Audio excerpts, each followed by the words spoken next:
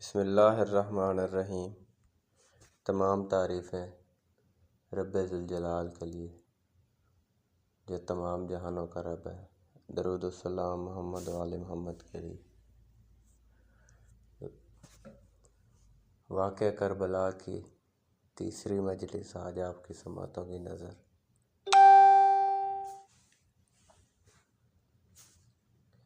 27 رجب المرجب کی رات مروان کو نیند نہ آئی اور وہ اس کھوج میں رہا کہ جن کو بیعت کے لیے بلایا گیا ہے وہ اس رات کیا کرتے ہیں۔ اس کے ساتھیوں نے بتایا کہ نصف شب کے قریب کئی آدمی مدینہ سے باہر نکلتے دیکھے گئے ہیں۔ وہ یقیناً عبداللہ بن زبیر اور اس کے ساتھی تھے۔ یہ مکہ کی طرف روانہ ہوئے ہیں۔ یہ معلوم نہیں کہ انہوں نے کون سا راستہ اختیار کیا ہے۔ مروان کو یہ بھی بتایا گیا کہ نصف شب کے بعد جناب غازی عباس علیہ السلام شہنشاہ معظم علیہ السلام کو تلاش کر رہے تھے اور وہ تمام رات گھر میں موجود نہ تھے۔ صبح کے وقت مروان نے ولید بن عتبہ کا دروازہ کھٹکھٹایا اور اسے کہا کہ میں نے کہا تھا کہ تم چوکس رہو۔ آج تمہاری غفلت کی وجہ سے عبداللہ بن زبیر فرار ہو گیا ہے اور مجھے یہ خبر بھی ملی ہے کہ تاجدار کربلا بھی رات کو اپنے گھر موجود نہ تھے۔ مجھے یقین ہو گیا ہے کہ وہ بھی رات کو سفر فرما گئے ہیں۔ ولید بن عتبہ نے جواب دیا کہ عبداللہ بن زبیر کے بارے میں جو تم نے کہا وہ سچ ہوگا، مگر تاجدار کربلا ایسا نہیں کر سکتے، یہ خبر جھوٹی ہے۔ مروان نے کہا کہ میں اتنا جانتا ہوں کہ وہ رات کو اپنے گھر میں موجود نہ تھے۔ ولید نے فوراً کہا کہ اگر یہ خبر سچی ہے تو میں اللہ کا شکر ادا کروں گا کہ مجھے فرزند رسول کے خون میں ہاتھ رنگنے سے اس نے بچا لیا۔ میں کسی صورت بھی ان کے خون میں ہاتھ ڈال کر شہنشاہ انبیاء کے سامنے جانا نہیں چاہتا۔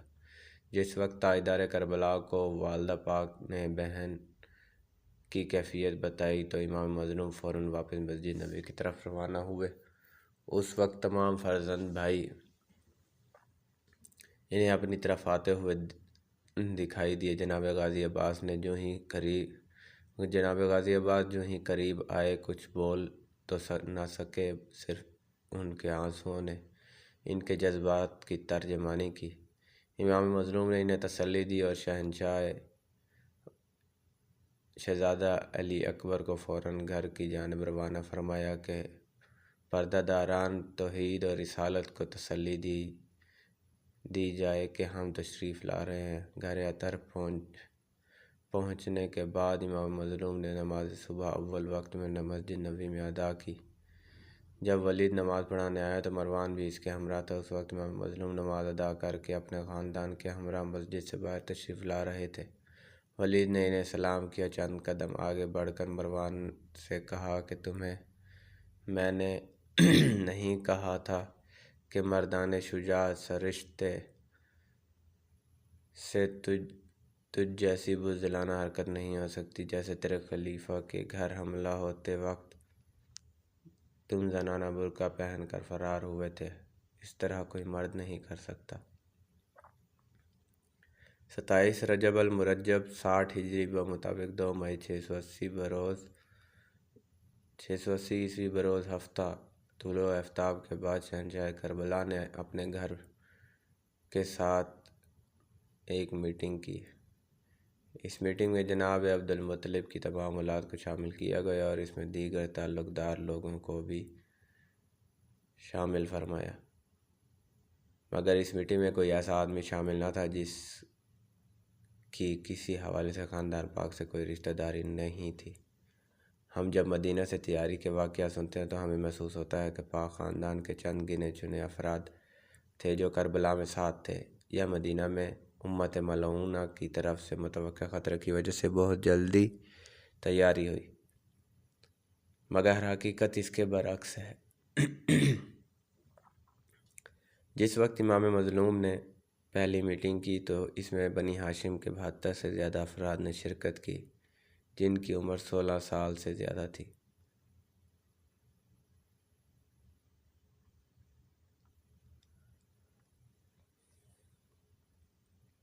جس وقت یہ میٹنگ ہوئی اس وقت امام کائنات مرکزی مسند پر جلوہ افروز تھے۔ انہوں نے تمام حاضرین پر نگاہ فرمائی اور اس کے بعد ایک خطبہ ارشاد فرمایا۔ اس خطبے کے بعد امام کائنات نے فرمایا، ان حالات میں اپنی آراء و مشورے عرض کریں۔ سب سے پہلے عبداللہ ابن عباس کھڑے ہوئے اور عرض کی کہ آخری رائے تو فرزند رسول کی ہوگی، مگر میں اتنا عرض کروں گا کہ آپ مدینہ میں ہی رہائش رکھیں۔ ایک وہ زمانہ بھی تھا جب آپ کے جد اطہر تنہا تھے، صرف امیر کائنات تھے۔ اس وقت بھی ابو سفیان، ابو لہب، ابو جہل اور ان لوگوں کی جماعت نے ان کا پیچھا کچھ نہ بگاڑ سکی۔ اب تو تمام پاک گھر شیروں سے بھرا ہوا ہے۔ اب تو ہر ہاشمی اپنی جگہ پر فاتح خیبر نظر آتا ہے۔ پوری آل عبد المطلب آپ کے ساتھ ہے۔ اب کون جرأت کر سکتا ہے؟ اگر یزید ملعون نے کوئی جسارت کی بھی تو اپنے حلیف قبائل کو اپنے ساتھ شامل کیا جا سکتا ہے اور انصار میں ایک حساب کا ساتھ دے گا۔ اس لیے ابو سفیان کے ناخلف سے خوفزدہ ہونے کی کوئی ضرورت نہیں۔ یہ عرض کر کے عبداللہ بن عباس بیٹھ گئے۔ امام کائنات نے فرمایا، ہم نے ترک وطن کا ارادہ کیا بھی تو وہ کسی خوف کی وجہ سے نہ ہوگا۔ ہم یہ بھی سمجھتے ہیں کہ تم لوگوں سے زیادہ کوئی ہمارا خیر خواہ ہو ہی نہیں سکتا۔ ہم یہ بھی جانتے ہیں کہ تم لوگوں کا مشورہ ظاہری حالات کو دیکھتے ہوئے بالکل درست ہے، مگر یہ بھی حقیقت ہے کہ کچھ لوگ اپنی بقائے حیات کے لیے ایک منصوبہ بندی کرتے ہیں۔ ان لوگوں کے لیے وہی منصوبہ بندی تلخی حیات کا موجب بن جاتی ہے۔ ہمیں جد اطہر نے فرمایا تھا کہ تم نے ایک دن مدینہ چھوڑنا ہے اور نہر فرات کے کنارے عرض نینوا پر قربانی دینا ہے۔ ہمیں محسوس ہو رہا ہے کہ وہ وقت قریب آ چکا ہے۔ اس وقت عبدالرحمن بن ابو بکر اٹھا۔ اس نے عرض کی کہ میرا مشورہ ہے کہ آپ کی ذات اس اقتدار کے جھنجٹ سے دور رہنا مناسب ہے۔ آپ اپنے بڑے بھائی امام حسن علیہ السلام کی طرح گوشہ نشینی کو ترجیح دیں۔ میں جانتا ہوں کہ یزید ملعون کو اقتدار کی ضرورت ہے، اس لیے اس سے بیعت سے ہٹ کر کوئی معاہدہ کرنا کوئی مشکل نہیں ہے۔ یعنی اقتدار اور حکومت سے علیحدگی کی اگر اسے یقین دہانی کرائی جائے تو وہ بیعت کا نام بھی نہیں لے گا۔ اور آپ کی ظاہری صورت یہ ہے کہ آپ کی نصرت کرنے والے بھی کم ہیں، یعنی آپ کے مددگاروں کی بھی قلت ہے۔ اس وقت جناب محمد حنفیہ تڑپ کر اٹھے اور فرمایا، اس وقت ہمیں نہ تو تلوار بلند کرنی چاہیے، نہ کسی معاہدے کی کوشش کرنی چاہیے، بلکہ ہمیں تمام عرب کے رد عمل کا انتظار کرنا چاہیے، کیونکہ اس وقت ہمارا تلوار اٹھانا یا معاہدہ کرنا دونوں ہمارے لیے نقصان دہ ہیں۔ کیونکہ اگر ہماری تلوار ایک بار نیام سے باہر آ گئی تو جب تک زمین کی چادر سرخ نہ ہوگی واپس نیام کا لباس نہیں پہنے گی۔ اگر ہم نے آج صلح کی کوشش کی تو فرعون شام اسے ہماری کمزوری سمجھے گا اور معاہدہ میں منمانی شرائط رکھے گا۔ اس لیے ہمیں انتظار کرنا چاہیے، دیکھیں کہ اس فاسق و فاجر کو کوئی قبول کرتا بھی ہے یا نہیں۔ امید ہے تمام عرب میں کوئی شریف زادہ اور عزت دار اس کی خلافت کو قبول نہیں کرے گا۔ جب اس کے خلاف ہر طرف سے آواز بلند ہو تو پھر ہم چاہے تلوار اٹھائیں یا معاہدہ کریں، ہمارے حق میں بہتر ہوگا۔ ہمیں شریک غالب کی پوزیشن میں ہوں گے۔ کریم کربلا نے ان مشوروں کو پسند فرمایا اور پھر فرمایا کہ تمہیں ایک بات سے آگاہ کر دوں، ہمیں جد اطہر نے فرمایا تھا کہ مدینہ ضرور چھوڑنا ہے۔ آگے آپ لوگ ہمیں مشورہ دیں۔ اس وقت جناب عبداللہ بن جعفر طیار کھڑے ہو کر عرض کی کہ آقا، اگر مدینہ چھوڑنا ہی ہے تو پھر مکہ تشریف لے جائیں۔ مکہ سے شمالی اطراف آپ کی اپنی جاگیر شعیب امیر المومنین بھی موجود ہے۔ وہاں پہلے سے مکان بھی موجود ہیں، رہنے کا انتظام بھی ہے، جہاں چاروں طرف پہاڑ ہیں۔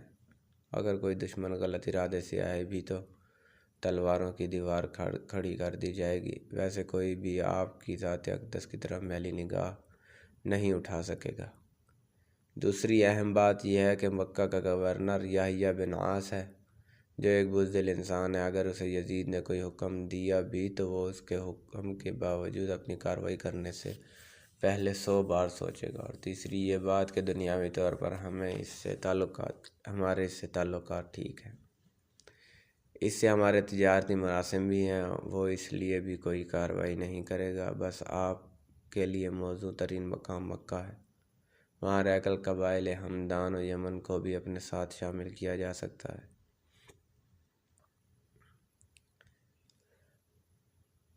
جناب محمد حنفیہ نے عرض کی، آقا اگر آپ نے مدینہ چھوڑنا ہی ہے اور جنگ بھی کرنا ہے تو پھر مکہ تشریف لے چلیں۔ وہاں رہ کر اہل یمن کو بھی اپنے ساتھ شامل کیا جا سکتا ہے، کیونکہ یمن میں آپ کے جانثار کافی تعداد میں موجود ہیں۔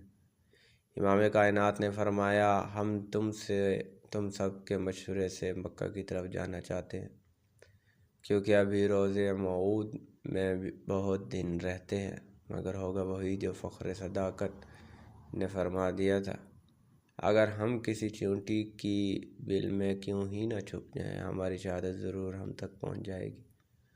ہم چاہے کسی پتھر ہی میں کیوں نہ مخفی ہو جائیں، دشمن وہاں سے بھی ہمیں برآمد کر لے گا۔ آخر شہنشاہ معظم نے اپنا فیصلہ سنایا کہ ہم مکہ جا رہے ہیں۔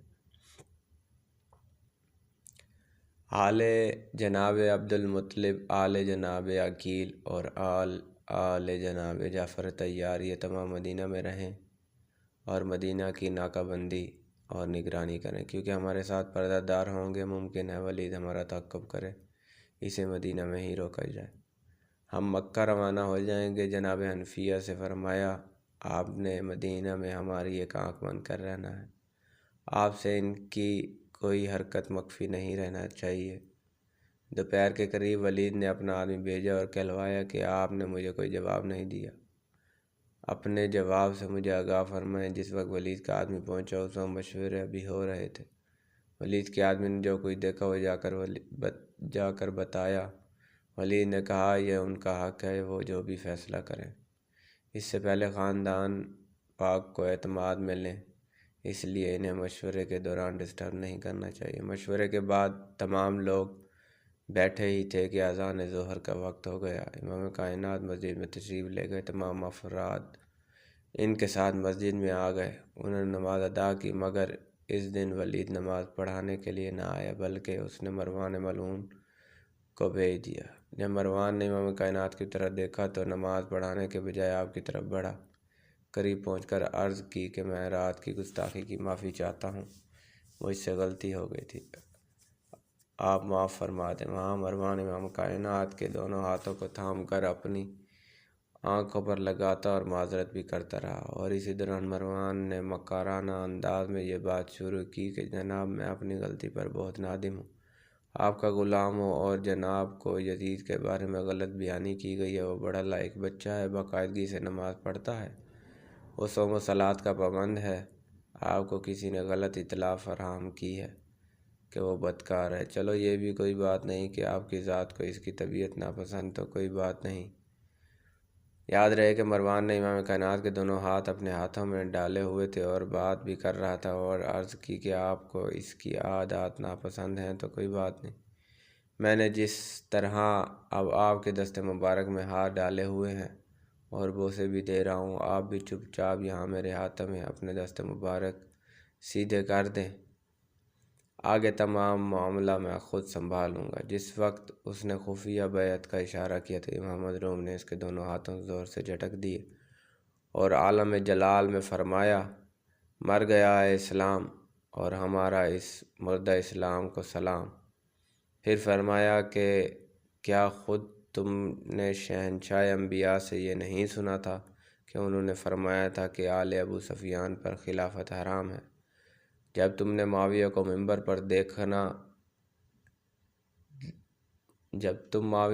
پر دیکھنا تو اس کا پیٹ پھاڑ دینا۔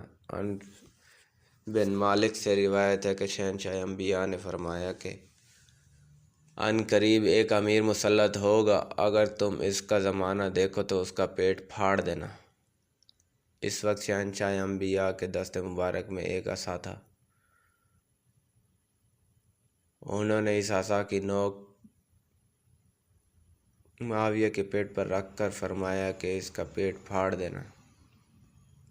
27 رجب المرجب 2 مئی ہفتہ کا دن، مگر یہ دن بہت اداس ہے۔ عرب کے موسم سے آشنا لوگ جانتے ہیں کہ شدید گرمی اور شدید لو کا موسم ہے۔ گرم ہوا کی وجہ سے اس موسم میں کوئی بھی دن سفر نہیں کیا جا سکتا، اس لیے سفر کے لیے رات کا وقت مناسب سمجھا گیا۔ سفر کی تیاریاں شروع ہو گئی۔ ولید بن عتبہ ملعون کا ایلچی امام مظلوم کا جواب لے کر ولید کے پاس پہنچا۔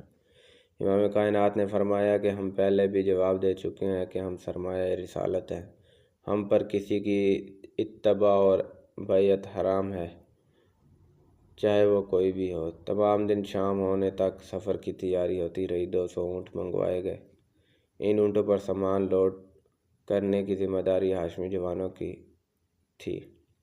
40 اونٹوں پر صرف پانی کے مشکیزیں بھر کر رکھے گئے، 40 اونٹوں پر مستورات توحید رسالت کی ضروریات زندگی کا سامان وغیرہ، باقی اونٹوں پر مردوں کی ضروریات کا سامان۔ 40 اونٹوں پر محمل لگائے گئے۔ عبداللہ بن اسنان کی روایت ہے کہ 40 اونٹوں پر سرخ ریشم اور دیباج کے پردے لگائے جا رہے تھے، ان کے اوپر سرپوش لگائے جا رہے تھے۔ کسی اونٹ پر کھانے پینے کا سامان تھا، کیونکہ یہ بھرا ہوا گھر اچانک سفر کی تیاری کر رہا تھا۔ ایک طرف تلواروں کی دھاریں تیز کی جا رہی تھیں۔ یہاں یہ بھی بتاتا چلوں کہ تلوار کو سیکل کرنے کی ڈیوٹی جناب جون کی تھی، کیونکہ وہ اس فن میں ماہر تھے۔ اس طرح تیاری ہوتی رہی اور شام ہو گئی۔ جناب عبداللہ اطراف سے روایت ہے کہ ہم لوگ تمام دن اونٹوں پر سامان لوڈ کرتے رہے۔ جب شام ہوئی تو ہم نے دیکھا کہ ہمیں امام مظلوم نظر نہ آئے۔ جب زیادہ دیر ہوئی تو ہم کام چھوڑ کر ان کی تلاش میں چل پڑے۔ ہم مسجد نبوی میں آئے تو دیکھا کہ مسجد کے ایک تاریک کونے میں امام مظلوم تشریف فرما تھے اور ان کا رخ مبارک سرور انبیاء کی مزار اطہر کی طرف تھا۔ کچھ دور سے ہم نے ان سے قریب آنے کی اجازت طلب کی تو امام مظلوم نے خندہ پیشانی سے ہمیں قریب بلایا۔ پھر ہم نے عرض کی اگر اجازت ہو تو کچھ عرض کرنا چاہتے ہیں۔ فرمایا بے شک کہو، تم ہمارے چھوٹے بھائی ہو۔ اس وقت ہم نے عرض کی کہ آقا، اب تو ہمارے گھر کے واحد وارث آپ ہیں اور تمام گھر کے سردار آپ ہیں، سہارا آپ ہیں، آپ کے بغیر تو ہم زندگی کا تصور بھی نہیں کر سکتے۔ آپ وطن چھوڑ کر مکہ جا رہے ہیں۔ ہم نے والد پاک سے کئی باتیں سنی تھیں، پھر وہ باتیں اپنے پاک بھائی امام مسموم سے بھی سنی تھیں۔ یہ عرض کرتے ہوئے آواز بھر گئی، گلا رندھ گیا۔ ضبط گریہ نے پھر کوئی بات نہ ہونے دی، بالکل معصوم بچوں کی طرح چہرے پر آستین دے کر رونا شروع کر دیا۔ جس وقت کسی بھائی کے سامنے جوان بھائی شدت محبت سے یوں اشک بار ہو، اس کی کیا کیفیت ہوگی۔ امام کائنات نے کھڑے ہو کر اپنے بھائی کو گلے سے لگایا۔ جب انہوں نے گلے سے لگایا تو اس وقت صبر و ضبط کے تمام بند ٹوٹ گئے۔ انہوں نے زور زور سے رونا شروع کر دیا۔ امام کائنات نے انہیں دلاسا دے کر فرمایا کہ تم نے یہی سنا تھا کہ جب ہم سفر پر جائیں گے تو وہاں شہید کر دیے جائیں گے۔ جب امام کائنات نے یہ فقرہ ادا کیا تو جناب عبداللہ اطراف رو کر عرض کرتے ہیں، خواہ کم بدہن، ہم یہاں یہ فقرہ بھی نہیں کہہ سکتے۔ اس وقت امام کائنات نے اپنے روتے ہوئے بھائی کے گلے میں باہیں ڈال کر اور مسکرا کر فرمایا، تمام باتیں تم بھی تو جانتے ہو اور ہم بھی جانتے ہیں، تم اپنا دل بڑا رکھو، حوصلہ قائم رکھو، تم مرد ہو، مرد تکالیف سے تو نہیں گھبراتے۔